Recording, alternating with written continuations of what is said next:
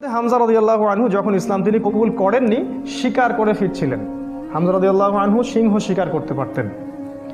সিংহ শিকার, চারটাখানি কথা মনে করছে। এরপর তিনি যখন যাচ্ছিলেন তখন এই দাসী হামজা রাদিয়াল্লাহু আনহুকে বললেন যে আপনি যদি দেখতেন কিভাবে আপনার ভাতিজাকে আবু জেহেল অপমান করলো, তাকে গালিগালাজ করলো, তাকে আঘাত করলো, তাহলে আপনি স্থির থাকতে পারতেন না। হামজা রাদিয়াল্লাহু আনহু তখন বললেন, আওয়া ফাআলা হাদা, সে কি সত্যিই কাজ করেছে? সেই দাসী বলল, বেলা ওয়াল্লাহ, আল্লাহর কসম করে বলছে অবশ্যই সেই কাজ করেছে। হামজা রাদিয়াল্লাহু আনহু বাসার দিকে না গিয়ে দারুন নাদওয়া অর্থাৎ মক্কার ওই যেটা কাবা দেখেন সেখানে গেলেন। সেখানে দেখলেন সেখানে আবু জেহেল তার দলবলকে নিয়ে সেখানে দাঁড়িয়ে আছে। হামজা রাদিয়াল্লাহু আনহু ঘোড়া থেকে নেমেই আবু জেহেলের কলার ধরলেন এবং প্রচণ্ড জোরে একটা ঘুষি দিলেন, প্রচণ্ড জোরে। বলে দেয় আবু জেহেল কিন্তু ওই সময়কার মক্কার রাষ্ট্রনেতা, মক্কার গোত্রের সব গোত্রের কিন্তু বনু মাখজুমের সর্দার। হামজা রাদিয়াল্লাহু আনহু এই কাজটা করলেন এবং বললেন, রুদ্দাহা ইন ইসতাতা, তো যদি ক্ষমতা থাকে আমাকে ঘুষি মেরে ফেরত দে। যদি ক্ষমতা থাকে, রুদ্দাহা ইন ইসতাতা, ক্ষমতা থাকলে আমার গালেও একটা মেরে দেখা, কথাটা তো এরকম আর কি। আবু জেহেল কিছু করতে পারলো না। হামজা রাদিয়াল্লাহু আনহু বললেন, ইন্নী উশহিদু আল্লা ইলাহা ইল্লাল্লাহ ওয়া আকুলু মা ইয়াকুল, আমি সাক্ষ্য দিচ্ছি আল্লাহ ছাড়া কোনো মাবুদ নাই, আমার ভাতিজা যা বলে আমিও তাই বলি। রুদ্দাহা ইন ইসতাতা, যদি তোমার ক্ষমতা থাকে তাহলে আমাকে আঘাত করে দেখাও, আজকে থেকে আমি তার দলে, সে যা বলে আমিও তাই বলি। হামজা রাদিয়াল্লাহু আনহু ছুটলেন তার ভাতিজার দিকে, দারুল আরকামে গিয়ে তাকে পেলেন এবং সেখানে গিয়ে বললেন, ইয়া ইবনে আখি, হে আমার ভাতিজা, কুনতু আনসুরুকা বিল হামিয়া, আমি তোমাকে এর আগে আত্মীয়তার সম্পর্কের জন্য প্রোটেক্ট করতাম, ওয়ালান আনসুরুকা লিল ইসলাম, আর আজকে থেকে আমি তোমাকে ইসলামের জন্য প্রোটেক্ট করব ইনশাআল্লাহ। এই ঘটনায় রাসূল সাল্লাল্লাহু আলাইহি ওয়াসাল্লাম এত খুশি হয়েছিলেন, তিনি হামজা রাদিয়াল্লাহু আনহুকে একদম বুকে জড়িয়ে ধরে চুমু খাইলেন। আর যখন হামজা রাদিয়াল্লাহু আনহু উহুদের মাঠে শহীদ হন, আমাদের নবীজি অঝোর নয়নে কেঁদেছেন। তার শাহাদাতের দৃশ্য যদি দেখতেন, আমরা যদি দেখতে পারতাম, তাকে বর্ষা নিক্ষেপ করে হত্যা করা হয়েছে, বর্ষাটা তার কলিজা ভেদ করে পিছন দিয়ে বের হয়ে গেছে, চোরাগুপ্তা হামলা চালিয়ে, কারণ সামনে থেকে তাকে মারার ক্ষমতা ছিল না। আজকেও ইসলামকে সামন থেকে শেষ করা এত সহজ না, এই জন্য পিছন থেকে সবসময় চক্রান্ত করতে থাকে এরা, কিভাবে কোথায় কি লাগায় দেওয়া যাবে, কিভাবে কি করা যাবে। আর তার কলিজাটা হিন্দা ছিঁড়ে দাঁত দিয়ে কামড়ানোর চেষ্টা করেছিল। এই হচ্ছে আমাদের শেকড়ের পূর্বপুরুষরা। তাই এই ঘটনাটা উমর রাদিয়াল্লাহু আনহু দেখেছিলেন ওই দিন, এই ঘটনাটা উমর রাদিয়াল্লাহু আনহু দেখলেন এবং বাসায় গিয়ে তিনি চিন্তা করতে থাকলেন যে সব ফাসাদের মূল মনে হয় মুহাম্মদ, এই ব্যক্তিটার কারণেই আরবের মধ্যে বিভক্তি সৃষ্টি হচ্ছে, ফিতনা ফাসাদ সৃষ্টি হচ্ছে। তাহলে আমার করণীয় কি? আমিও তো একটা গোত্রের নেতা, তিনি আদি গোত্রের নেতা ছিলেন, তো তিনি খোলা তরবারি হাতে চললেন, এবার তিনি নবীজিকে হত্যা করবেন। ওই যে ঘটনাটা জানেন আপনারা, পথিমধ্যে একজনের সাথে দেখা হলো, সে বলল যে নবীজিকে হত্যা করার আগে তুমি তোমার বোন আর ভগ্নিপতির বাসায় যাও, তারা তো ইসলাম কবুল করেছে। তিনি আসলেন, এসে দরজা যখন নক করলেন, দরজার আড়াল থেকে শুনতে পারলেন ভিতরে তিলাওয়াত হচ্ছে কিছু একটার, সূরা তাহা তিলাওয়াত হচ্ছিল। তাহা মা আনজালনা আলাইকাল কুরআনা লিতাশকা ইল্লা তাযকিরাতাল লিমান ইয়াখশা তানজিলাম মিম্মান খালাকাল আরদা ওয়াস সামাওয়াতিল উলা আর রহমান আলাল আরশি ইসতাওয়া। তিনি দরজা খুলে ঢুকলেন এবং জিজ্ঞাসা করলেন, মা কুনতুম তাকরাউন, তোমরা কি পড়ছিলে? বোন অস্বীকার করলো যে আমি কিছু না, তাহাদ্দাসনা বাইনানা, আমরা পরস্পরে কথা বলছিলাম। তখন তিনি বললেন যে ফালা তাকদিবা কুনতু সামিআতু ইন্নাকুমা সাবাতুমা, তিনি বললেন যে আমি শুনেছি তোমরা দুজনে সাবা হয়ে গেছো, মানে বেদিন হয়ে গেছো, মিথ্যা বলবে না আমার কাছে। তখন তার ভগ্নিপতি বললেন, ইয়া ওমর হাল রাইতা হাক্কান ফি গায়রি দীনি, এই কথাটা বললেন, হে ওমর তুমি কি ইসলাম ছাড়া অন্য কোনো দিনের মধ্যে হক খুঁজে পেয়েছো? তখন তিনি বুঝতে পারলেন সত্যি সত্যি ইসলাম কবুল করেছে।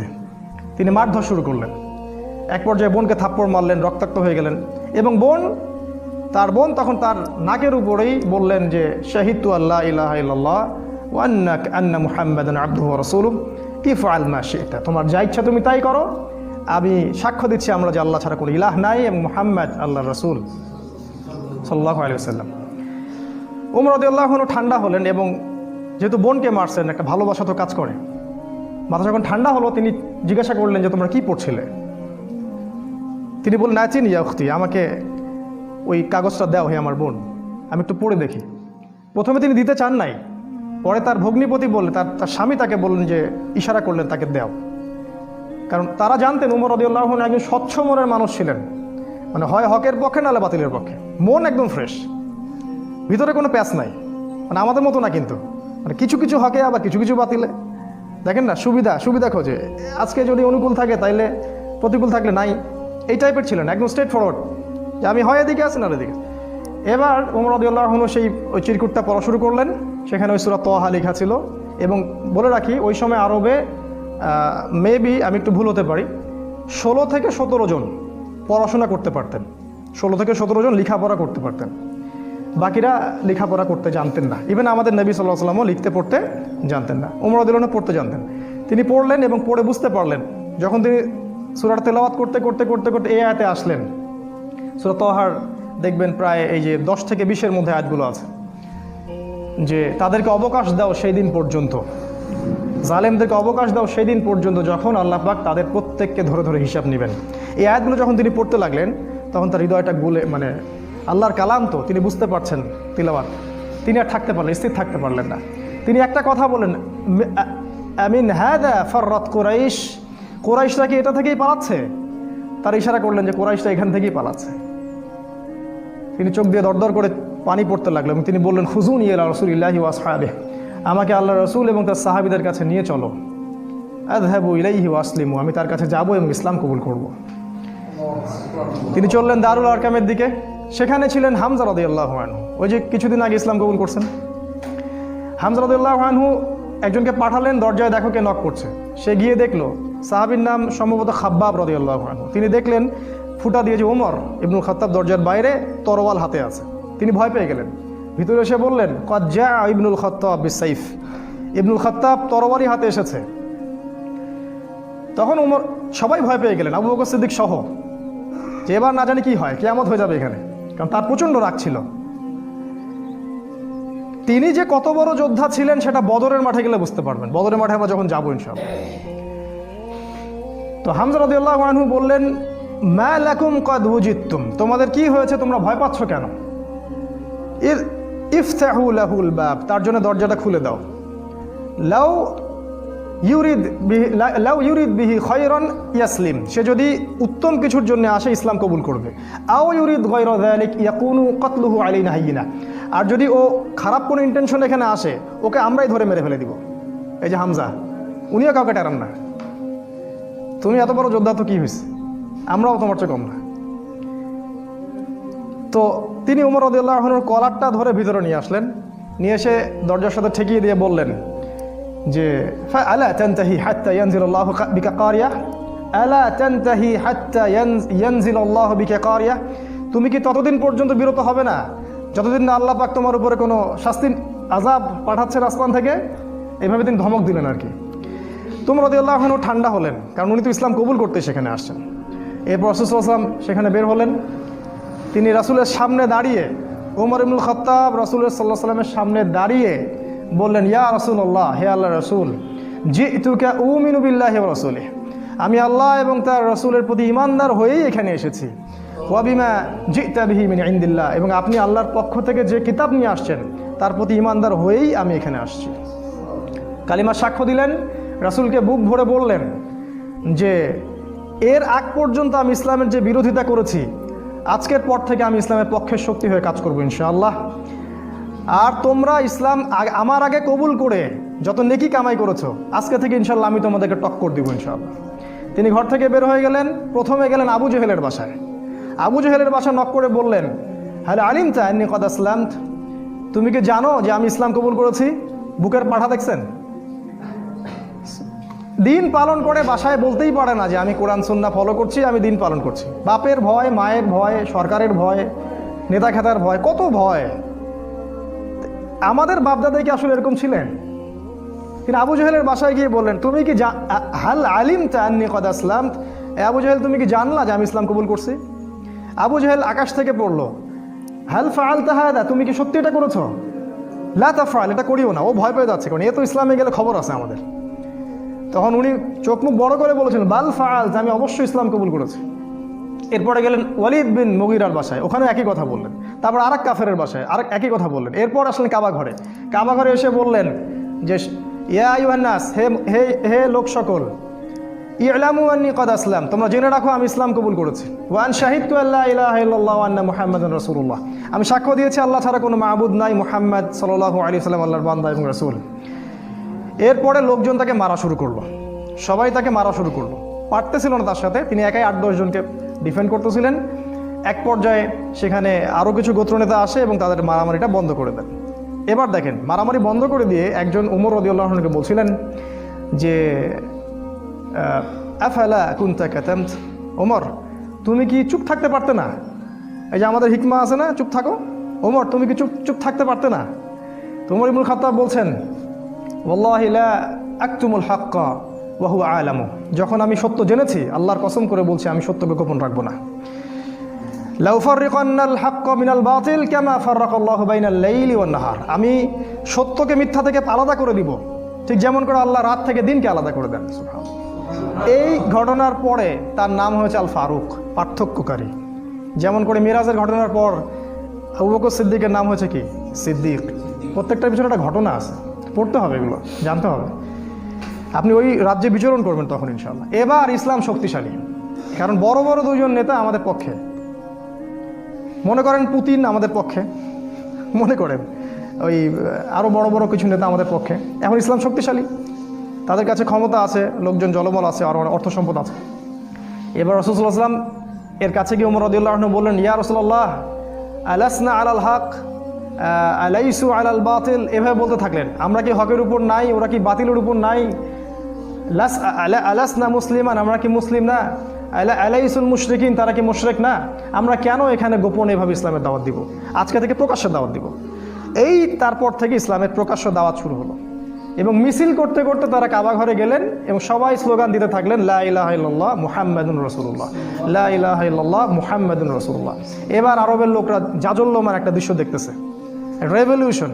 হঠাৎ করে এই যে 50, 60, 70 জন মানুষ বের হচ্ছে রাস্তায় এবং কালিমার সাক্ষ্য দিচ্ছে। ওই সময় কিন্তু এই পপুলেশনটা খুব কম না, একটু বেশি। এবার নির্যাতনের মাত্রা আরও বাড়তে থাকলো। আমাদের হাতে অল্প সময় আছে, আমি 5 মিনিটে শেষ করছি ইনশাল্লাহ। নির্যাতনের মাত্রা বাড়তে থাকলো এবং এক পর্যায়ে সাহাবীদের প্রতি এমন মর্মান্তিক নির্যাতন করা হলো। কিছু নমুনা আপনারা জানেন, ওই যে বিলাল রাদিয়াল্লাহু আনহুর ঘটনা, সুমাইয়া রাদিয়াল্লাহু আনহার ঘটনা, আবার খাব্বাব, তারপরে মুসআব বিন উমাইর, এদিকে উসমান রাদিয়াল্লাহু আনহু, ইভেন আবু বকর সিদ্দিক, সমস্ত সাহাবীকেই টর্চার করা হলো। মানে ফিজিক্যাল, মেন্টাল, ইকোনমিক্যাল, এমন কোনো টর্চার নেই যেটা করা হয়। এরপর রাসূল সাল্লাল্লাহু আলাইহি ওয়াসাল্লাম তাদেরকে বললেন, আবিসিনিয়ায় তোমরা হিজরত করো, দিন কায়েম দেখেন। অনুকূল পরিবেশে এখন আমরা প্রকাশ্যে দাওয়াত দিচ্ছি, এখানে নির্যাতন হচ্ছে, ওখানে কিন্তু বোম ব্লাস্ট করছি না। আমরা বলছি যেখানে দিন পালনের সুযোগ আছে, অনুকূল পরিবেশ আছে, তোমরা সেখানে চলে যাও। সাহাবীরা চলে গেলেন ইথিওপিয়ায়, ওই যে আমি গতদিন খুতবায় বলেছিলাম, আবিসিনিয়ায়। ওখানে একজন বাদশা ছিলেন, সেই বাদশার নাম নাজাশি। সে ছিল একজন খ্রিস্টান নাসারা, একজন খ্রিস্টান আমাদেরকে আশ্রয় দিল। সব খ্রিস্টান এক না, সব খ্রিস্টান এই পশ্চিমা সভ্যতার মতো ওই ছেলে ছেলে বিয়েকে জায়েজ বলে না। এরা গডলেস পিপল, এই পৃথিবীর সবচেয়ে বড় জালেম এবং ফেরাউন এরা, এবং আবু জেহেলও বটে। এই বাদশা নাজাশি আমাদেরকে আশ্রয় দিলেন, আমরা রেফিউজি ছিলাম সেখানে, ওরা আমাদেরকে আশ্রয় দিল এবং আমরা সেখানে শান্তিপূর্ণ একটা পরিবেশে দিন পালন করতে থাকলাম। প্রথমে একবার হিজরত হলো, তারপর আরও একটা দল হিজরত করলো এবং কাফেররা বসে থাকেনি, তারাও সেখানে কূটনৈতিক তৎপরতা চালালো। আমর ইবনে আসকে সেখানে পাঠানো হয় এবং সেখানে মোনাজারা, বাহাস হয়। সেই বাহাসে জাফর রাদিয়াল্লাহু আনহু ওই বাদশার সামনে দাঁড়িয়ে সূরা মারিয়াম তেলাওয়াত করেছিলেন, আর ওই বাদশা কিন্তু ছিল নাসারা বা খ্রিস্টান। সূরা মারিয়ামের তেলাওয়াত শুনে সেই বাদশার চোখ দিয়ে ঝরঝর করে পানি পড়তে থাকলো। তিনি বুঝতে পারলেন যে এটা আল্লাহর পক্ষ থেকে এসে। তিনি বলেছিলেন একটা কথা, এটা লোভ সামলাতে পারছেন, তিনি বলেছেন যে ইন্নাহা লাহুদান ইয়াখরুজু মিন মিশকাতিন ওয়াহিদা মা আনজালাল্লাহু আলা ঈসা ইবনে মারইয়াম ইন্নাহা লাহুদা ইয়াখরুজু মিন মিশকাতিল ওয়াহিদা, এটা বলেছেন। এই বাদশা নাজাশী বলেছিলেন যে তুমি যে তেলাওয়াত করলে শুনে মনে হচ্ছে ঈসার কাছে যেটা এসেছিল এটা সেই একই আলোক বর্তিকা থেকে এসেছে। এ তো খ্রিস্টান, এ কি এদের মতো খ্রিস্টান? এরা কি এখান থেকে হেদায়েত নেবে না? সেই বাদশা নাজাশী মুসলিমদেরকে আশ্রয় দিলেন, সেখানে আমরা থাকলাম।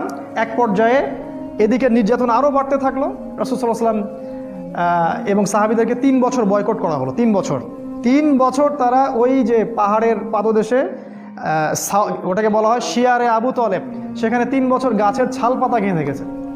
সামান্য ভাই কষ্ট করে একটা সেমিনারে আসতে পারেন না, দিন কায়েমের স্বপ্ন দেখেন, সামান্য 10টা টাকা খরচ করতে পারেন না, মাসে কেন দিতে পারতেছেন না, সামান্য একটু সিরা পড়বেন সেটা পড়তে পারেন না, দিনের জন্য সামান্য একটু এফোর্ট দিবেন, জানমাল ব্যয় করবেন, কোন মুখ দিয়ে সাহাবীদের নাম উচ্চারণ করেন?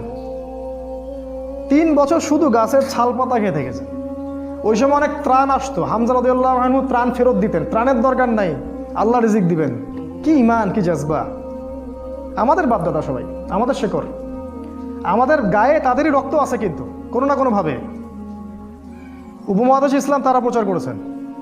যাই হোক, এবার এই বয়কটটা যখন উঠে যায়, তখন রাসূল সাল্লাল্লাহু আলাইহি ওয়াসাল্লাম তায়েফে হিজরত করলেন। সেখানে ঘটনা আপনারা জানেন, সেখান থেকে তাকে মারধর করে বের করে দেওয়া হয়, তিনি আবার মক্কায় চলে আসেন। এবার মক্কায় তিনি যখন স্টে করলেন, নবুয়তের 10, 11 আর 12 এই 3টা বছর, শেষ করছি আমি, 10, 11, 12 এই 3টা বছরে মদিনা যে ইয়াসরিব থেকে প্রথমে 6 জন, তারপরে 12 জন, তারপরে 73 জন, পরপর 3 বছরে 3টা গ্রুপ আসলো। প্রথমে 6 জন, তার নেতৃত্বে ছিলেন আসাদ বিন জোরারা, তারপরের বছর 12 জন, তারপরের বছর 73 জন, আর 2 জন নারী, মোট 75 জন। এই 75 জন এসে রাসূলের কাছে বায়াত করলেন। বায়াত করে রাসূলকে বললেন যে আপনি মদিনায় হিজরত করেন। এবার রাসূল সাল্লাল্লাহু আলাইহি ওয়াসাল্লাম সাহাবীদেরকে নিয়ে মদিনায় হিজরত করলেন। আর মদিনায় হিজরত করার পরে সেখানে ইসলামিক স্টেট বা খিলাফা স্টেট কায়েম হলো। তারপরে দিন কিভাবে কায়েম হলো সেটা আমরা ইনশাআল্লাহ সালাতের পর শিখবো ইনশাআল্লাহ। জাযাকুম। আসসালামু আলাইকুম রাহমাতুল্লাহ। বিসমিল্লাহি আউয়ালুহু ওয়া আখিরুহু, আলহামদুলিল্লাহ। প্রশংসা সেই আল্লাহ পাকের জন্য, যিনি আমাদেরকে মাগরিবের সালাতের পর আবারও বসার তৌফিক দান করেছেন। সবাই বলি আলহামদুলিল্লাহ। হৃদয়ের অন্তঃস্থল থেকে দরুদ পাঠ করি আমাদের প্রিয় নবী মুহাম্মদ রাসূলুল্লাহ সাল্লাল্লাহু আলাইহি ওয়াসাল্লামের প্রতি। আল্লাহুম্মা সাল্লি আলা মুহাম্মদ, আল্লাহুম্মা বারিক আলা মুহাম্মদ। মাগরিবের সালাতের আগ পর্যন্ত আমরা যতটুকু আলোচনা করেছিলাম মদিনায় হিজরত পর্যন্ত। হিজরতের যে মূল ঘটনাটা, সেই ঘটনাটা হচ্ছে যে ইয়াসরিব বা মদিনা থেকে প্রথমে 6 জন যুবক মক্কায় আসেন হজের মৌসুমে। হজ কিন্তু তখনও ছিল, মানে এই হজ সিস্টেম না, বিকৃত হজের সিস্টেম। কারণ তারা দাবি করতো যে আমরা ইব্রাহিম আলাইহিস সালামের রিলিজিয়ন ফলো করি। মক্কার কুরাইশরা এটা দাবি করতো আমরা ইব্রাহিমই দিন ফলো করি, এই জন্য তারা হজও কিন্তু করতো। এখনও দেখবেন, এখনও যারা মুশরিক আকীদা লালন করে তারাও কিন্তু বছর বছর হজ উমরা ঠিকই করে। তো এটা নতুন কিছু না। তো এই হজের মৌসুমে ইয়াসরিব থেকে প্রথমে 6 জন যুবক এই মক্কায় আসে হজ করতে, যারা আগে শুনেছিল যে শেষ জামানায় একজন নবী আসবেন। এই যে শেষ জামানা সম্পর্কে সচেতনতা, এটা নতুন কিছু না, এটা সবাই করেছে আগে যুগে যুগে। ইহুদিরা খুঁজে খুঁজে বেড়াতো যে কবে নবী বের হবে, আমরা কবে তার কাছে বায়াত নিব। যখন দেখলো নবী ইসমাইল আলাইহিস সালামের বংশ থেকে আসছে, তখন তারা আর সেখান থেকে বায়াত নিল না, উদ্ধত অহংকার করলো। অথচ আমরা কিন্তু ওদের কাবা বাইতুল মাকদাসকে কেন্দ্র করে দীর্ঘদিন নামাজ পড়েছি। এটা বোঝানোর জন্য যে একই সোর্স থেকে সব নবী এসেছেন। যাই হোক, এই 6 জন যুবকের নেতৃত্ব দিয়েছিলেন আসাদ বিন জুরারাহ রাদিয়াল্লাহু আনহু নামে একজন সাহাবী। তিনি রাসূল সাল্লাল্লাহু আলাইহি ওয়াসাল্লামের সাথে দেখা করলেন 6 জন সাহাবীকে সাথে নিয়ে। আমাদের নবীজি সাল্লাল্লাহু আলাইহি ওয়াসাল্লাম কোরআন পাঠ করে শোনালেন, তাদেরকে ইসলামের দাওয়াত দিলেন এবং এই 6 জন ইসলাম কবুল করলেন আলহামদুলিল্লাহ। এই প্রথম মদিনা থেকে কেউ এসে ইসলাম কবুল করলো। এর আগ পর্যন্ত দেখলেন দীর্ঘ 10 বছর কত চড়াই উতরাই আমাদেরকে পার হতে হলো। এদিকে কাফেরদের নির্যাতন কিন্তু ব্যাপক হচ্ছিল। বয়কট করেছে 3 বছর, তার পরের বছর খাদিজা রাদিয়াল্লাহু আনহা মারা যান, একই বছর চাচা আবু তলেবও মারা যান, মাত্র 3 দিনের ব্যবধানে সম্ভবত। এবং এতে করে নির্যাতন আরও বেড়ে যায়, ওখানে থাকা আমাদের জন্য কষ্টকর হয়ে যায়। তখন নবীজি চাচ্ছিলেন হিজরত করার জন্যেই, আল্লাহ পাকের আদেশের অপেক্ষা করছিলেন। এই জন্য প্রথমে তিনি আবিসিনিয়ায় পাঠিয়েছেন সাহাবীদেরকে, তারপর নিজে গিয়েছেন তায়েফে। আপনারা জানেন তায়েফ থেকে তাকে রক্তাক্ত হয়ে ফিরে আসতে হয়, তায়েফবাসী ইসলাম কবুল করেনি। সেখানে 3 জন ভাই ছিল, আব্দে ইয়ালাইল, আব্দে মাসউদ আর হাবিব বিন আমর। এরা নবীজিকে পাথর নিক্ষেপ করে মাথা ফাটিয়ে দিয়েছিল, ছোট ছোট ছেলেপেলেদেরকে লেলিয়ে দিয়েছিল, যারা নবীজিকে রক্তাক্ত করেছিল। আর আমাদের নবীজি তাদের জন্য বদদোয়া করেননি, বরং দোয়া করেছিলেন যে আমি আশা করি আল্লাহ পাক এর পরবর্তী জেনারেশন থেকে এমন কাউকে বের করবেন যারা আল্লাহর একত্ববাদে বিশ্বাস করবে। একটা তথ্য দিয়ে রেখে আপনাদেরকে, আবু হুরায়রা রাদিয়াল্লাহু আনহু কিন্তু ওই তায়েফবাসীরই সন্তান। যদি নবীজি ওই দিন বদদোয়া করতেন তাহলে আমরা আজকে আবু হুরায়রা রাদিয়াল্লাহু আনহুকে পেতাম না। তার কাছে কিন্তু আসমান, এই যে আপনার পাহাড় পর্বতে ফেরেশতাকে পাঠানো হয়েছিল। পাহাড় পর্বতে ফেরেশতা থাকে, এই কথা আমাদের গডলেস ওয়ার্ল্ড বিশ্বাস করবে না, এডুকেশন সিস্টেম সেকুলার কনসেপ্ট আর বিশ্বাস করবে না। তো আমরা ওদেরকে বলি তোমরা গেট লস, তোমরা এখানে দূর হবে এখান থেকে। পাহাড় পর্বতে ফেরেশতা যখন এসেছিলেন বলেছিলেন আল্লাহ পাক আপনার সাথে তায়েফবাসী যা করেছে আল্লাহ পাক দেখেছেন, আপনি যদি চান 2 পাহাড়কে পিষে একদম তায়েফকে শেষ করে দিব। নবীজি বললেন আমি চাই, আল্লাহ পাক ওদেরকে হেদায়েত দান করুন। সুবহানাল্লাহ। তো যাই হোক, এরপরে নবীজি হিজরতের অপেক্ষা করছিলেন, এই সময় ঘটনাটা ঘটে। 6 জন ইয়াসরিবের যুবক আসেন, তারা ইসলাম কবুল করেন। তারপর তাদেরকে আবার নবীজি পাঠিয়ে দেন, মদিনায় পাঠিয়ে দেন, বলেন তোমরা ওখানে দাওয়াতি কাজ করতে থাকো। পরের বছর মানে নবুয়তের এটা ছিল 10ম 11তম বর্ষে তারা আরও 6 জনকে সাথে নিয়ে আসে। দেখেন দিন কায়েম কেমন করে হচ্ছে। প্রথমে গোপন দাওয়াত, তারপরে প্রকাশ্য দাওয়াত, তারপরে একদম যখন আমাদের জনবল বেশি হয়ে গেল, মানে বড় বড় নেতা খেতা মানুষ টাইপের সবাই আমাদের দলে চলে আসলো, তখন আমরা আরও মানে কি বলবো ফ্রিকোয়েন্সির সাথে দাওয়াত দিয়ে শুরু করলাম। এবং যত ফ্রিকোয়েন্ট দাওয়াত হবে তত নির্যাতন বেশি হবে, এটাই সুন্নাহ। এটা হতে থাকলো। এক পর্যায়ে হিজরত করলাম, বয়কট করলো, সোশ্যাল বয়কট, অর্থনৈতিক বয়কট, সব কিছু করলো। তারপরে আমরা হিজরতের জন্য অপেক্ষা করছিলাম। এই 12 জন, এই পরের বছর আরও 6 জন, 6 যোগ 6 মোট 12 জনকে তারা নিয়ে আসলেন। এই 12 জনের সাথে নবী সাল্লাল্লাহু আলাইহি ওয়াসাল্লাম একজন সাহাবীকে মদিনায় পাঠালেন। বিখ্যাত সেই সাহাবী, তার নাম হচ্ছে মুসআব বিন উমাইর রাদিয়াল্লাহু তাআলা আনহু। তিনি প্রচণ্ড রকম ধনীর দুলাল ছিলেন, ইসলামের জন্য সব ছেড়ে দিয়েছিলেন। যখন উহুদের মাঠে তাকে শহীদ করা হয় তখন তাকে কবর দেওয়ার মতো একটা জামা পর্যন্ত পাওয়া যায়নি, তাকে ঘাস দিয়ে ঢেকে কবর দেওয়া হয়েছে। আমরা যারা দায়ী তার কি মুসআব বিন উমাইর? বাংলাদেশে লক্ষ লক্ষ এই যে সিজনে বক্তব্য হবে, এরা কি সবাই মুসআব বিন উমাইর? আলাদা জিনিস। এই দায়ী ইসলামের ইতিহাসের প্রথম দায়ী। কুইজ আসবে আপনাদের অনেক সময়, জিজ্ঞাসা করে অনেকে দেখবেন ইসলামের ইতিহাসে প্রথম দায়ীকে, এই মুসআব বিন উমাইর রাদিয়াল্লাহু আনহু। তাকে নবীজি পাঠালেন এই 12 জনের সাথে মদিনায়। এবার তিনি গিয়ে মদিনার ঘরে ঘরে দাওয়াত দিতে থাকলেন। আর মদিনায় ছিল আওস এবং খাজরাজ, 2টা গোত্র আপনারা জানেন। মদিনায় ছিল আওস এবং খাজরাজ, এর পাশাপাশি কিছু ইহুদি ছিল, বনু নাজির, বনু কোরাইজা, আর কি একটা কি জানি বনু কাইনুকা, মাশাআল্লাহ জাযাকাল্লাহ। এই 3টা গোত্র ছিল ওই মদিনায়। আর কিছু কিছু মুশরিকও ছিল। এই মুশরিকরা পরে মুনাফিক হয়ে যায় আর কি, আব্দুল্লাহ বিন উবাইয়ের অনুসারী। তো তিনি ঘরে ঘরে দাওয়াত দিতে থাকলেন এবং মাশাআল্লাহ আল্লাহ পাক দাওয়াত কবুল করলেন। এবং আস্তে আস্তে আস্তে আস্তে প্রায় 70-75 জন মানুষ ইসলাম কবুল করলেন মাশাআল্লাহ। প্রত্যেকেই এই মুসআব বিন উমাইর রাদিয়াল্লাহু আনহুর মাধ্যমে ইসলামের হেদায়েতটা পেলেন। চিন্তা করেন তাকে আল্লাহ পাক কিয়ামতের মাঠে কি নেকিটা দিবেন ইনশাআল্লাহ। এবার ওখানে হিজরত করার পটভূমি রচিত হলো। মানে এমন কোনো জায়গায় যাওয়া যাবে না দিনের ব্যাপারটা নিয়ে হিজরত করে যেখানে আমাদের লোকাল সাপোর্ট নাই। প্রতিটা জায়গায় আপনি একটা দলিল পাবেন। একটু ঠান্ডা মাথায় চিন্তা করেন, দেখেন নবী কীভাবে দিন কায়েম করেছেন।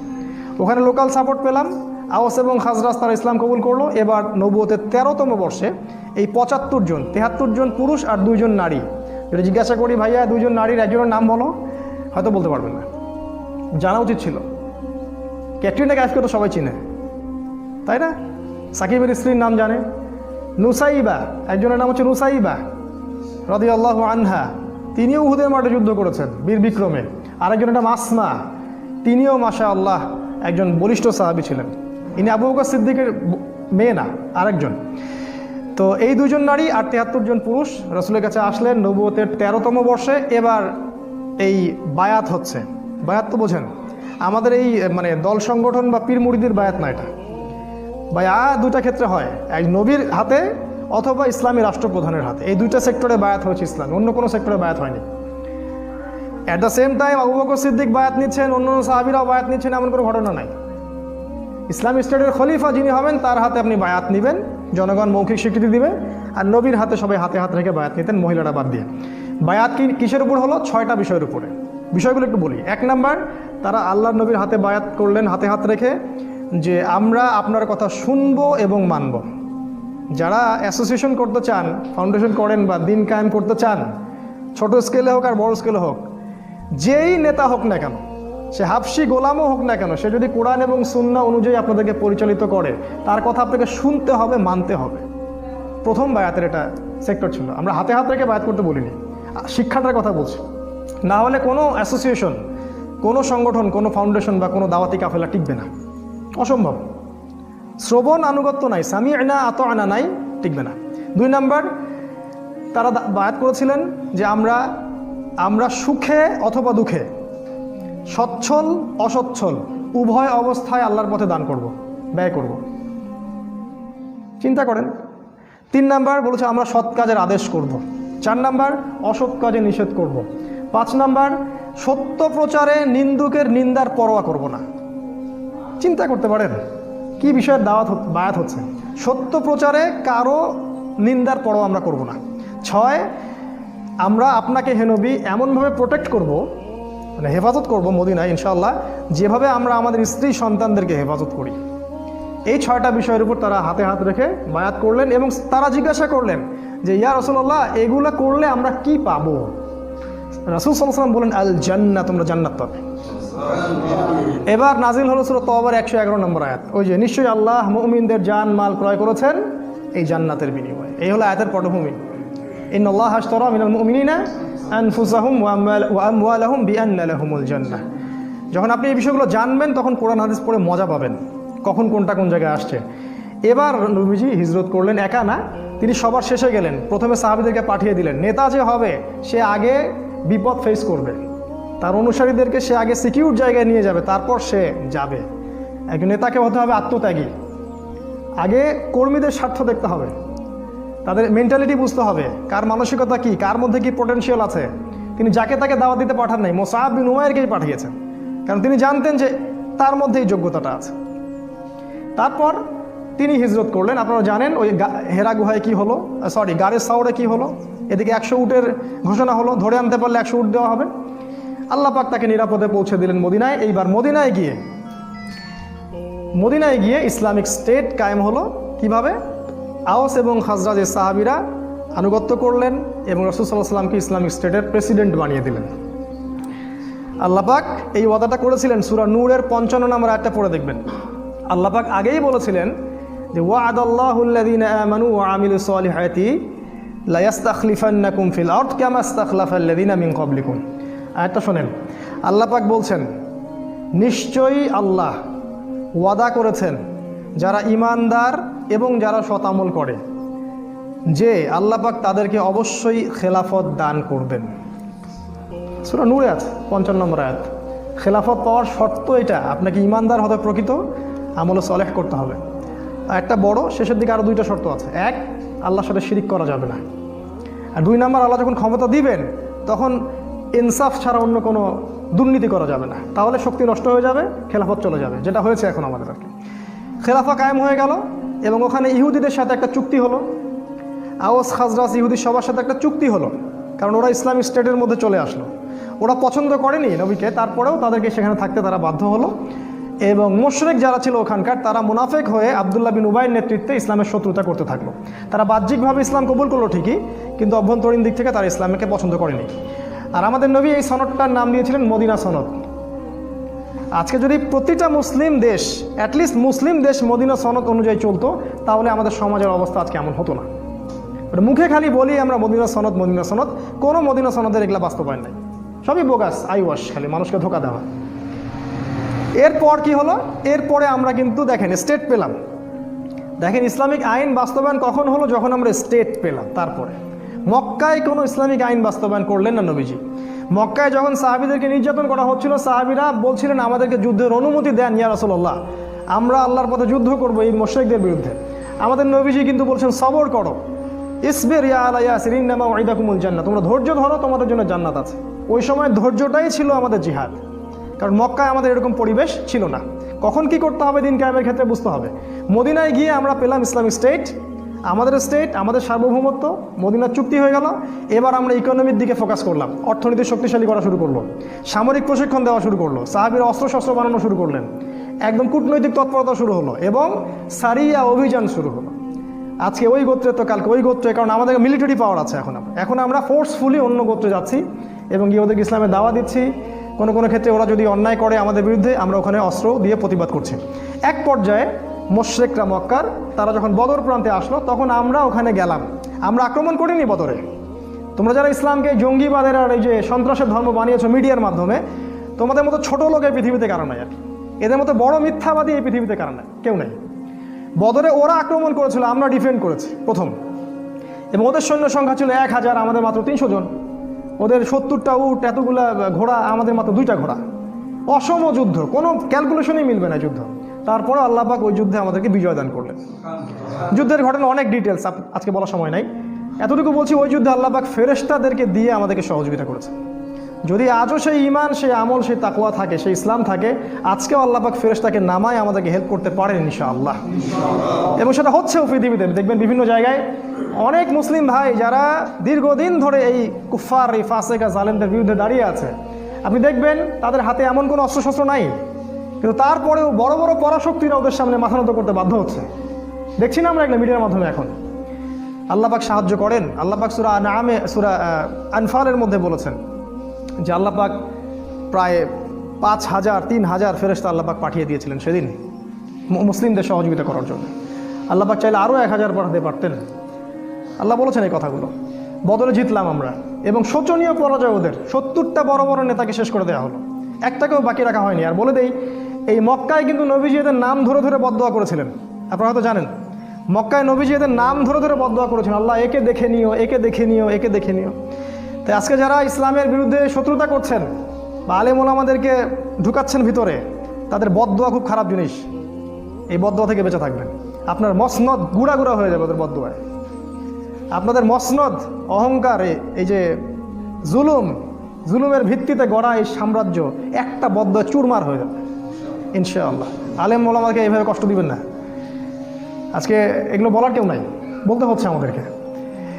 নবী সাল্লাল্লাহু আলাইহি ওয়াসাল্লাম নাম ধরে ধরে দোয়া করেছিলেন, সবগুলো লাশ বদরের কূপে পাওয়া গেছে।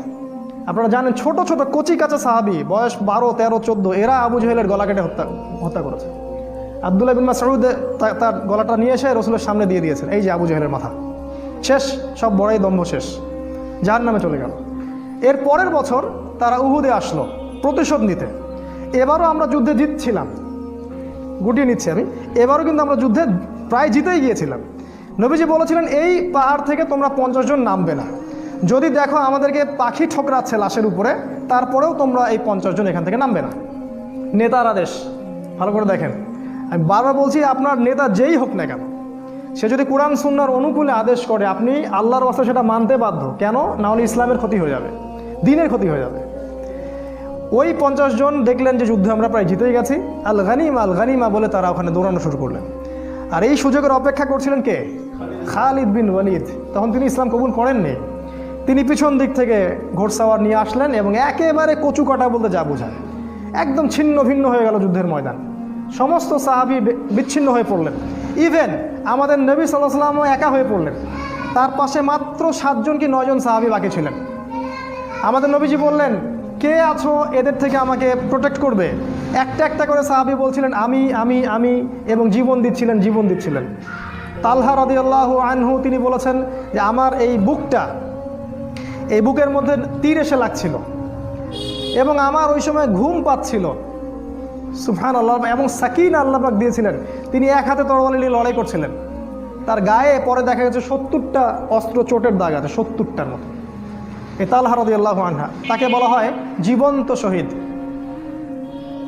তার পাশেই মাত্র 7 থেকে 9 জন সাহাবী ছিলেন। তারা প্রত্যেকে জীবন উৎসর্গ করে নবীজিকে প্রোটেক্ট করলেন। আমাদের নবীজি আহত হলেন, তার দাঁত ভেঙে গেল। এইখানে এই ডান চোয়ালের ভিতরে কড়া আছে না, লৌহ বর্মের কড়া, এটা ঢুকে চলে গেছিল ভিতরে। 3 জনের নাম আজকে বলতেছি না, সময় কম, সময় লেগে যাবে। এই 3 জন নবীকে আক্রমণ করেছিল আর কি। ইবনু কামিয়া একজনের নাম, একজন সাদ ইবনে আবি ওয়াক্কাসের ভাই, এরা মিলে নবীকে আক্রমণ করেছিল। তো নবীজি রক্তাক্ত হলেন, আহত হলেন, এবং সাহাবিরা প্রায় 70 জন সাহাবি শহীদ হয়ে গেলেন। তার মধ্যে বিখ্যাত সাহাবি হামজা রাদিয়াল্লাহু আনহু ছিলেন, যাকে বর্ষা নিক্ষেপ করে হত্যা করা হয়। এই মুসআব বিন উমাইর রাদিয়াল্লাহু আনহুও শহীদ হয়ে গেলেন। এগুলো বলার আমার খুব পিপাসা ছিল, ইনশাল্লাহ পরে এক সময় হবে। যে এই সাহাবির ডান হাত কেটে ফেলা হয়, ডান হাত দিয়ে অস্ত্র চালাচ্ছিলেন, ডান হাত কেটে ফেলা হয় অস্ত্রের আঘাতে, তারপর বাঁ হাত দিয়ে তরোয়াল চালাচ্ছিলেন। একজন মুসলিম কখনো পরাজিত হয় না, শেষ পর্যন্ত সে সার্ভাইভ করার চেষ্টা করবে। তারপর তিনি বুকের সাথে পতাকাটাকে জড়িয়ে রেখেছিলেন। এই অবস্থায় তাকে দ্বিখণ্ডিত করে হত্যা করা হয়। এই হলো মুসআব বিন উমাইর রাদিয়াল্লাহু আনহু। এরকম অসংখ্য সাহাবী, 70 জন সাহাবী সেদিন শহীদ হয়ে গেলেন। কেন? ওই যে নেতা আদেশ করেছিলেন, ওখান থেকে নেমো না, যদি আমাদেরকে দেখো পাখি ঠোকরাচ্ছে তাও নেমো না। তারা কিন্তু দৌড়ালেন গানিমা। এই ভুলের মাসুল দিতে হলো। এবং সাময়িকভাবে আমরা উহুদ যুদ্ধে কিন্তু মোটামুটি বলা যায় পরাজিত দ্বার প্রান্তে চলে গেলাম। যদিও বা তারপরে ওই সাহাবীদের মাধ্যমে, এবং আল্লাহ রাসূল ডাক দিলেন, এই সাহাবীরা তোমরা আমার কাছে চলে আসো। তখন সাহাবীরা যখন তার কাছে আসলেন, নবী সাল্লাল্লাহু আলাইহি ওয়াসাল্লাম আস্তে আস্তে করে উহুদ পাহাড়ের দিকে উঠে গেলেন এবং তাকে সেভ করা হলো। কিন্তু ব্যাপক ক্ষতি হয়ে গেল ইসলামের, 70 জন সাহাবী শহীদ হয়ে গেলেন। এই হলো উহুদ। তারপরে আসলো খন্দক। পরের বছর তারা আবার আক্রমণ করলো। এবার তারা ওই ইহুদিদের সাথে চুক্তি করে আক্রমণ করলো। ভিতরের ইহুদি বনু কুরাইজার সাথে চুক্তি করে তারা আক্রমণ করলো। ভিতরেও শত্রু, বাইরেও শত্রু, কি করবে? এখন সালমান আল ফারসি তিনি পরামর্শ দিলেন, ইয়া রাসূলুল্লাহ, সামনে একটা খন্দক খুঁড়ে ফেলেন। এটা হচ্ছে পারস্যের টেকনিক, মানে ওই সময় ইরাক ইরান এই জায়গার টেকনিক, যুদ্ধ টেকনিক, কৌশল। খন্দক থাকলে ওরাও আসতে পারবে না, আমরাও ডিফেন্ড করতে পারবো। আমাদের নবীজি খেয়ে না খেয়ে সেই খন্দক খুঁড়লেন নিজে, খালি পেটে, পেটের মধ্যে পাথর বেঁধে। প্রত্যেক সাহাবীকে 10 হাত করে জায়গা দেওয়া হলো, তোমরা খোঁড়ো। আজকে আমরা যারা দিনের রিপ্রেজেন্টেটিভ আর কি, দিনের জন্য কিছু কিছু কাজ করতে নিজের অপমান মনে হয়, ছোট মনে হয়, তাই না? আমাদের নবীজি নিজে সেখানে খন্দক খুঁড়লেন, এত বড় নেতা হয়েও। আজকে আমাদের অপমান ফিল হয় দিনের জন্য কাজ করতে। দিনের কোনো কাজই ছোট না। এবং ওই সময় অনেক মোজেজা দেখা গেল, নবীজির বরকতে খাবার বেড়ে গেল, অনেক ঘটনা ঘটেছে আর কি। যাই হোক, ওরা আক্রমণ করলো, কিন্তু ওরা কিছু করতে পারলো না, কারণ খন্দক ছিল। এই প্ল্যানটা খুব মাস্টার প্ল্যান ছিল। এই টেকনিকটা আরবের কেউ তখন দেখে নাই, প্রথম দেখা হলো। আর সালমান আর ফার্সিকে আল্লাহ রসুল একজন বুকে জড়িয়ে ধরলেন। তিনি বলেন, সালমান মিন আহলি বাইত, সালমান আজকে থেকে আমার পরিবারের একজন। সুবহানাল্লাহ, চিন্তা করছেন, সালমান আমার পরিবারের একজন আজকে থেকে। এই জন্য শিয়ারা তাকে নিয়ে একটু বেশি বাড়াবাড়ি করে আর কি। এই জন্য বুঝবেন, এখন বুঝবেন জিনিসগুলো। তারপরে এবার সেখানে একজন বিখ্যাত সাহাবী ছিলেন, সাদ ইবনে মুআজ রাদিয়াল্লাহু আনহু। তার একটা কথা ছিল, এই কথাটা বলে আমি আগাচ্ছি। তিনি বলেছিলেন, ইয়া রাসূলুল্লাহ, আপনি যুদ্ধ করেন, আমরা মুসাকে তার কম যা বলেছিল আমরা কখনো আপনাকে সেটা বলবো না। আপনি যদি আমাদেরকে নিয়ে সমুদ্রে ঝাঁপাতে চান, আমরা আপনার সাথে সমুদ্রেও লাফ দিতে প্রস্তুত আছি। পাবেন এরকম অনুসারী? এখন এরকম মুসলিমরা পাবেন? এই সাদ বিন মুআজ রাদিয়াল্লাহু আনহুকে এই খন্দকের যুদ্ধে শহীদ করা হয়। এবং তিনি দোয়া করেছিলেন, আল্লাহ, মুশরিকদের সাথে যদি কোনো যুদ্ধ বাকি থাকে আমাকে জীবিত রেখো। তিনি শহীদ হলেন এবং শহীদ হওয়ার আগে বললেন যে আজকের পর থেকে মুশরিকরা আমাদেরকে আর আক্রমণ করবে না, কারণ আমি আল্লাহর কাছে দোয়া করেছিলাম যদি মুশরিকদের সাথে কোনো যুদ্ধ বাকি থাকে আল্লাহ আমাকে আপনি বাঁচিয়ে রাখেন। আজকে আমি শহীদ হচ্ছি, তার মানে এরপর থেকে ইসলাম আরও সামনের দিকে যাবে, আর ওরা আমাদেরকে আক্রমণ করতে পারবে না। এবং তাই হলো। এরপর থেকে তারা আর আমাদেরকে আক্রমণ করতে পারলো না। এরপর থেকে সব কাউন্টার অ্যাটাক শুরু হলো এবং আমরা এবার অফেন্সিভলি অ্যাটাক করা শুরু করলাম। আগে আমরা ডিফেন্স করছিলাম, এবার আমরা অ্যাটাক করা শুরু করলাম। আস্তে আস্তে আরবে বিভিন্ন গোত্রগুলো আমরা আস্তে আস্তে করতলগত করলাম। এবং 6ষ্ঠ হিজরিতে গিয়ে নবী সাল্লাল্লাহু আলাইহি ওয়াসাল্লাম হুদাই ওই যে ওমরা করতে যেতে চাইলেন, তারা পথ আটকে দিল। এবং ওখানে খালিদ বিন ওয়ালিদ অন্যান্য সাহাবী, ওই সময় তারা মানে কুফার ছিলেন, তারা পথ আটকে দিল। সেখানে চুক্তি হলো, হুদাইবিয়ার চুক্তি, 10 বছর আমরা লড়াই করব না, আমাদের কেউ আপনাদের ওখানে গেলে আপনারা ফিরিয়ে দিবেন, আপনাদের কেউ আসলে আমরা ফিরিয়ে দিব না, ইত্যাদি। সবগুলোতে নবীজি বললেন, ঠিক আছে, তোমরা যা বলবা তাই। কারণ নবীজি জানতেন কোনো মুসলিম মুরতাদ হয়ে তোমাদের দলে যাবে না, যদি আসে তাহলে তোমাদের থেকে আমাদের এখানে আসবে। এবং তিনি চাচ্ছিলেন, দেখেন মাস্টার প্ল্যানটা ছিল এই নবীজির মাস্টার প্ল্যান। দিন কায়েম মানে আপনাকে মাস্টার প্ল্যান করতে হবে, একদম বড় প্ল্যান, ছক কষে আপনাকে প্ল্যান মাফিক যেতে হবে। সেটা হলো নবীজি চাচ্ছিলেন আগে বড় শক্তিটার সাথে আমরা চুক্তিবদ্ধ হই, তারপরে আমি ছোট ছোট সবগুলোকে দেখে নিব। কারণ ছোট ছোট কারা? মদিনার মুনাফেক, ওই বনু কুরাইজা, বনু কাইনুকা, বনু নাজির, এদেরকে দেখতে হবে, কারণ এরা আমাদের খুব ক্ষতি করছে। ইহুদি হচ্ছে একটা সবচেয়ে বি ক্লাস একটা জাত আর কি। এবার নবীজি যখন মুশরিকদের সাথে 10 বছর চুক্তি হয়ে গেল, তিনি নিশ্চিত হয়ে গেলেন এরা আর আমাদেরকে এখন আক্রমণ করবে না, চুক্তিবদ্ধ আছি আমরা। এবার তিনি খায়বার অ্যাটাক করলেন কাউকে না জানিয়ে। ইভেন তার স্ত্রীকেও তিনি বুঝতে দিলেন না যে কালকে সকালে আমি আক্রমণ করতে যাচ্ছি। দেখেন কি মাস্টার প্ল্যান। এবং খায়বারের পতাকা দিলেন তিনি আলী রাদিয়াল্লাহু আনহুর হাতে, এবং তিনি বললেন যে কালকে আমি এমন একজনের হাতে পতাকা দিব যাকে আল্লাহ ভালোবাসেন, তার রসুলও ভালোবাসে। সুবহানাল্লাহ। সবাই আশা করছিলেন যে আমি হব সেই সাহাবী, কিন্তু সকালবেলা তিনি খুঁজলেন আলী কোথায়। ওই ছোট্ট আলী যার কথা বললাম প্রথমে, বড় হয়ে গেছে এখন। উনি ইসলামের এমন কোনো যুদ্ধ নাই যেখানে রসুলের পাশে ছিলেন না, বদরেও, উহুদে, সব জায়গায়। আমাদের বাচ্চাদেরকে আলীর মতো তৈরি করতে হবে রাদিয়াল্লাহু আনহু। তো তাকে পতাকা দেওয়া হলো এবং বলা হলো যে তোমার দ্বারা যদি একটা ব্যক্তিও হেদায়েত পায় তাহলে সেটা হবে লাল উট কোরবানি করার চেয়ে বেশি নেকির কাজ। এখানে একটা ঘটনা ঘটে। আলী রাদিয়াল্লাহু আনহু যেটা দুর্গ জয় হচ্ছিল না, সেই দুর্গে একজন সেনাপতি ছিল, তার নাম হচ্ছে মারহাব। এই মারহাব এত বড় যোদ্ধা ছিল যে একাই সে 10-20 জনের সাথে লড়তে পারত। আলী রাদিয়াল্লাহু আনহু তার সামনে দাঁড়িয়ে বললেন, আমার মা আমার নাম রেখেছে হায়দার। এবার দ্বন্দ্বযুদ্ধ শুরু হলো। ও প্রচণ্ড আক্রমণ করলো। মানে ইতিহাসের বইগুলোতে এসেছে যে আলী রাদিয়াল্লাহু আনহু ঢালটা হাত থেকে পড়ে যায়। আর আলী রাদিয়াল্লাহু আনহুকে আল্লাহ পাক ওই সময় এমন শক্তি দেন যে হাত দিয়ে তিনি বাঁ হাত দিয়ে লোহার কপাটটা খুলে ঢাল হিসেবে ব্যবহার করেছিলেন। সুবহানাল্লাহ। এবং তার একটা কোপ এই মারহাবের মাথা থেকে শুরু করে একদম পা পর্যন্ত বডিটা পুরো দ্বিখণ্ডিত হয়ে গেল এবং তরোয়ালটা মাটিতে গেঁথে গেল। এইভাবে মারহাবকে নিহত হতে হয় এবং আলী রাদিয়াল্লাহু আনহুর মাধ্যমে এই দুর্গটা জয় হয়, নামুস দুর্গ। পরে দেখবেন এবার খায়বার বিজয় হয়ে গেল। খায়বার বিজয়ের পর প্রচুর সম্পত্তি পেলাম আমরা, গনিমতের মাল, এবং মুসলিমদের মধ্যে যারা দরিদ্র ছিল সবার ইকোনমিক অবস্থা ভালো হয়ে গেল। আল্লাহর পথে জিহাদ করবেন না, কখনো অর্থনৈতিক স্বাবলম্বিতা আসবে না। শুধু ওই ধার ঋণ আর ওই করে আমাদের চললে হয়তো হবে না। যেদিন থেকে এই উম্মাহ জিহাদ ছেড়ে দিয়েছে ওই দিন থেকে আমরা আজকে দাস হয়ে গেছি। এক সময় যারা আমাদেরকে ট্যাক্স দিত, জিজিয়া দিত, আমাদের শেল্টারে বড় হতো, এরাই আজকে আমাদেরকে ঋণ দেয়, লোন দেয়। ওদের লোনে আমরা রাষ্ট্র চালাই, আর সব দেয় চড়া সুদে। মানে সুদ খাওয়াবে আপনাকে এই কারণে যাতে আপনার দোয়া কবুল না হয়। আমি আজকে একটা হাদিস পড়েছি, 1 মিনিট, আমি এটা আগে কখনো পড়িনি।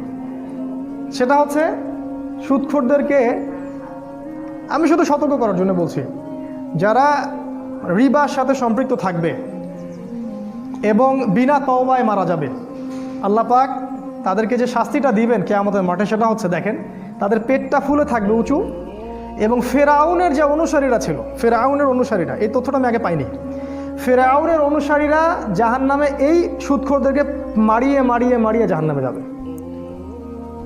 ফেরাউনের অনুসারীদের পায়ের তলে এদেরকে পিষ্ট করে জাহান্নামে দেওয়া হবে। কত বড় মানে অপমানজনক শাস্তি! কারণ কি? কারণ এই রিবার মাধ্যমে পুরো বিশ্বে একটা ফেরাউনি অর্থনৈতিক দাসত্ব সৃষ্টি করা হয়েছে। একই জিনিস ফেরাউন যা করেছে, রিবার মাধ্যমে এটা তাই করা হয়েছে। তো এবার সচ্ছলতা চলে আসলো। তারপরে দেখেন, এবার নবী সাল্লাল্লাহু আলাইহি ওয়াসাল্লাম পররাষ্ট্রনীতি শুরু করলেন। রোমের সম্রাটকে দাওয়াত দিচ্ছেন, ওইদিকে হিরাক্লিয়াসকে দাওয়াত দিচ্ছেন, মিশরে দাওয়াত দিচ্ছেন। আস্তে আস্তে এটা এক্সপ্যান্ড করলো। আগে ছিল শুধু মদিনায়, এখন চলে গেল পুরো বিশ্বব্যাপী। কিভাবে দিন কায়েম হচ্ছে দেখেন, লেভেলগুলো দেখেন। এবার দলে দলে মানুষ ইসলামের দিকে আসতে থাকলো, দলে দলে মানুষ। এর মধ্যে কিছু বিচ্ছিন্ন ঘটনা ঘটেছে, যেমন বীরে মাউনার ঘটনা, তারপরে আপনার ওই যে 70 জন সাহাবীকে ট্র্যাপে ফেলে হত্যা করা হয় সেটার ঘটনা। অনেক ঘটনা ঘটেছে যেখানে অনেক সাহাবীকে কিন্তু ওই কাফের মুশরিকরা অনেক ট্র্যাপ সৃষ্টি করে মেরে ফেলেছে। ওই যে খুবাইব রাদিয়াল্লাহু আনহু, তাকে শুলে চড়িয়ে হত্যা করা হয়েছে, অনেক সাহাবীকে মেরে ফেলা হয়েছে। কিন্তু তারপরেও ইসলাম থেমেছিল না, মানুষ দলে দলে ইসলাম কবুল করতে থাকলো। এবং রাসূল সাল্লাল্লাহু আলাইহি ওয়াসাল্লাম এবার মক্কা অভিমুখে অভিযান দেওয়ার মনস্থ করলেন। তিনি একটা ওসিলা খুঁজছিলেন, আল্লাহ পাক সে ওসিলা দিয়ে দিলেন। কারণ মদিনার শেল্টারে একটা গোত্র ছিল আর মক্কার শেল্টারে আরেকটা গোত্র ছিল। কোনো না কোনোভাবে এই দুই গোত্রের একটা দ্বন্দ্ব হয়ে যায় এবং ওই মুশরিকদের আন্ডারে যে ছিল তারা মুসলিমদের একজন মানে যেটাকে বলে জিম্মি, তাকে হত্যা করে এবং তারা চুক্তি লঙ্ঘন করে। এবার নবী সাল্লাল্লাহু আলাইহি ওয়াসাল্লাম সুযোগ পেয়ে গেলেন, প্রায় লক্ষাধিক সৈন্য বলা হয় সাহাবী নিয়ে তিনি মক্কা অভিমুখে রওনা হলেন এবং কাউকে না জানিয়ে উল্টো দিক দিয়ে, যাতে ওরা বুঝতে না পারে আমি মক্কায় যাচ্ছি। ট্যাকটিক কত স্মার্ট তিনি! দেখেন, মুশরিকদের সাথে চুক্তি করে খায়বার অ্যাটাক করলেন, কারণ বড় শত্রু আমাকে এখন কিছু করতে পারবে না, এখন আগে একে দেখে নেই, তারপরে আমি একে দেখে নেব। আমাদের মতো ওই খালি মসজিদে আসো যাও এই কনসেপ্টে তিনি বিশ্বাসী ছিলেন না। প্ল্যান করে আগাতেন যে এরপরে কি তারপরে কি। তিনি কখনো ক্লান্ত হতেন না। এগুলো সুন্নাহ, স্ট্র্যাটেজিক সুন্নাহ। তারপর মক্কা যখন অ্যাটাক করা হয় তখন মক্কার মুশরিকরা বুঝে ফেললো আর আমাদের গত্যন্তর নাই। এবার আবু সুফিয়ান পর্যন্ত এসে কি করলো জানেন তো? আবু সুফিয়ান পর্যন্ত এসে নতজানু হয়ে ইসলাম কবুল করলো। কিন্তু প্রথমে কবুল করতে চায়নি, পরে কিন্তু কবুল করলো নতজানু হয়ে। এবং রাসূল সাল্লাল্লাহু আলাইহি ওয়াসাল্লাম বিনা যুদ্ধে পুরো মক্কাটাকে জয় করলেন। আমাদের নবী রাহমাতুল্লিল আলামিন মক্কার প্রতিটা মানুষকে মাফ করে দিলেন। তবে তিনি এক শ্রেণীর মানুষকে মাফ করেন নাই। কাবার গেলাফ ধরা অবস্থায় তাকে হত্যা করা হয়েছে। তারা কারা? যারা নবীজিকে গালি দিয়ে কবিতা লিখে কষ্ট দিয়েছিল, তাদেরকে তিনি মাফ করেননি।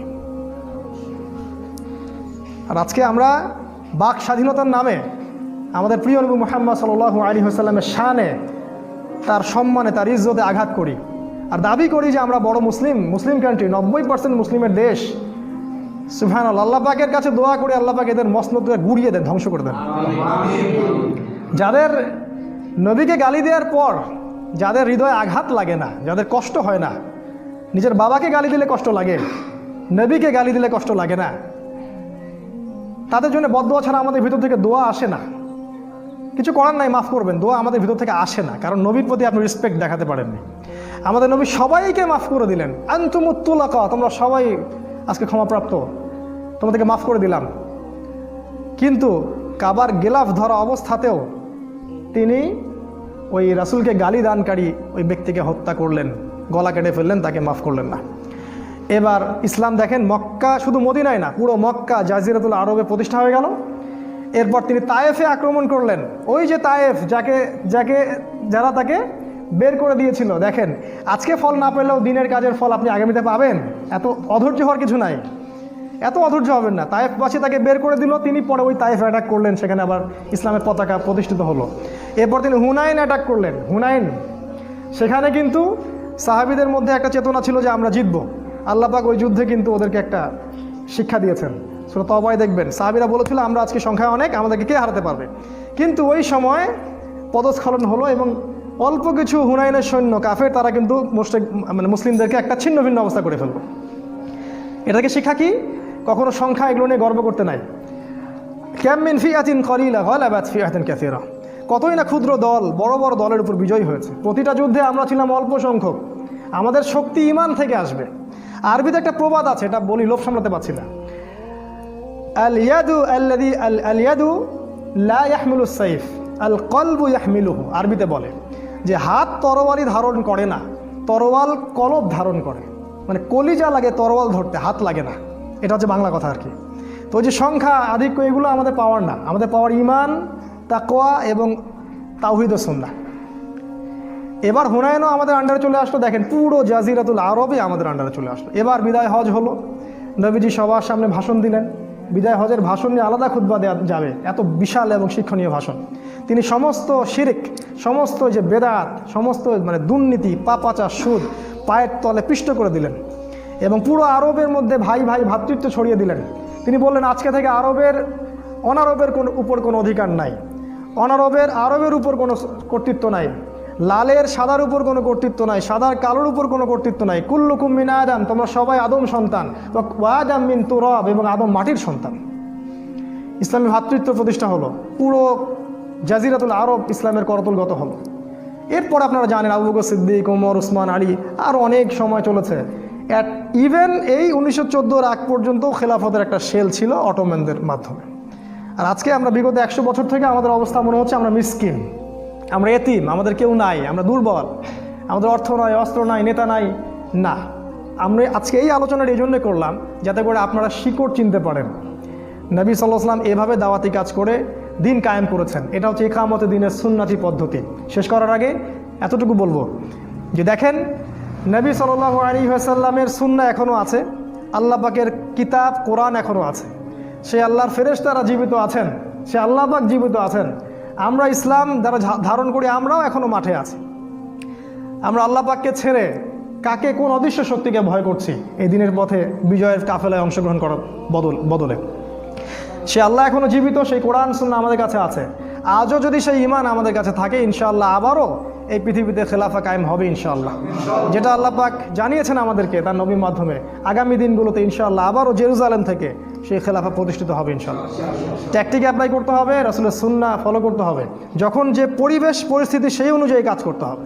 প্রথমে গোপন দাওয়া, দেন প্রকাশ্য দাওয়া, অনুকূল পরিবেশ, প্রয়োজনে হিজরত, ইসলামিক স্টেট, যুদ্ধ, জিহাদ, সামরিক প্রশিক্ষণ, সব কিছুই এর অন্তর্ভুক্ত। খালি একটা দিকে ফোকাস করলে দিন কায়েম কখনোই হবে না।